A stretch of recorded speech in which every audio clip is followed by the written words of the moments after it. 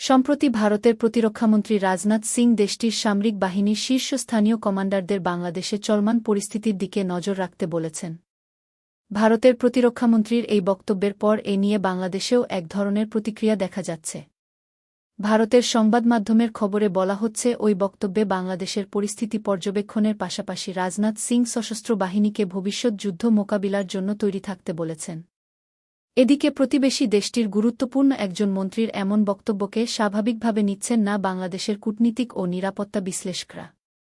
তারা বলছেন, এই ধরনের বক্তব্য বাংলাদেশের নিরাপত্তার জন্য উদ্বেগের। Bangladesh institute of peace and security স্টাডিজের সভাপতি ও নিরাপত্তা বিশ্লেষক অবসরপ্রাপ্ত মেজর জেনারেল আ.ন.ম মুনিরুজ্জামান বলেন, রাজনাথ সিং উচ্চ পর্যায়ের একটি সভা থেকে এই ঘোষণা দিয়েছেন, যে কারণে বাংলাদেশের এটি নিয়ে অবশ্যই উদ্বেগের কারণ রয়েছে। ভারতের উত্তর প্রদেশের লক্ষ্ণৌতে ৩ বাহিনীর শীর্ষ কমান্ডারদের যৌথ সম্মেলনে দেশটির প্রতিরক্ষা মন্ত্রী রাজনাথ সিং বক্তব্য রাখেন। সেখানে তিনি বলেছেন, ভারত শান্তিপ্রিয় দেশ। শান্তি রক্ষার জন্য ভারতের সশস্ত্র বাহিনীকে যুদ্ধের জন্য প্রস্তুত থাকতে হবে। এই বক্তব্য দিতে গিয়ে তিনি উদাহরণ হিসেবে টানেন রাশিয়া ইউক্রেন ও ইসরায়েল হামাসের মধ্যে চলমান সংঘাতের কথা। ভারতের প্রতিরক্ষামন্ত্রী বলেন, বৈশ্বিক অস্থির পরিস্থিতিতেও নজিরবিহীনভাবে শান্তি বজায় রেখে এগিয়ে চলছে ভারত। তারপরও কিছু চ্যালেঞ্জ বাড়ছে, এ নিয়ে আমাদের সতর্ক থাকতে হবে।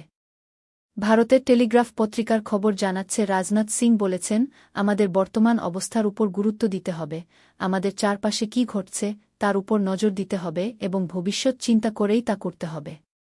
এর জন্য আমাদের শক্তিশালী ও সুদৃঢ় নিরাপত্তা ঐক্য থাকতে হবে। আমাদের একটি অব্যর্থ প্রতিরোধ শক্তি থাকতে হবে।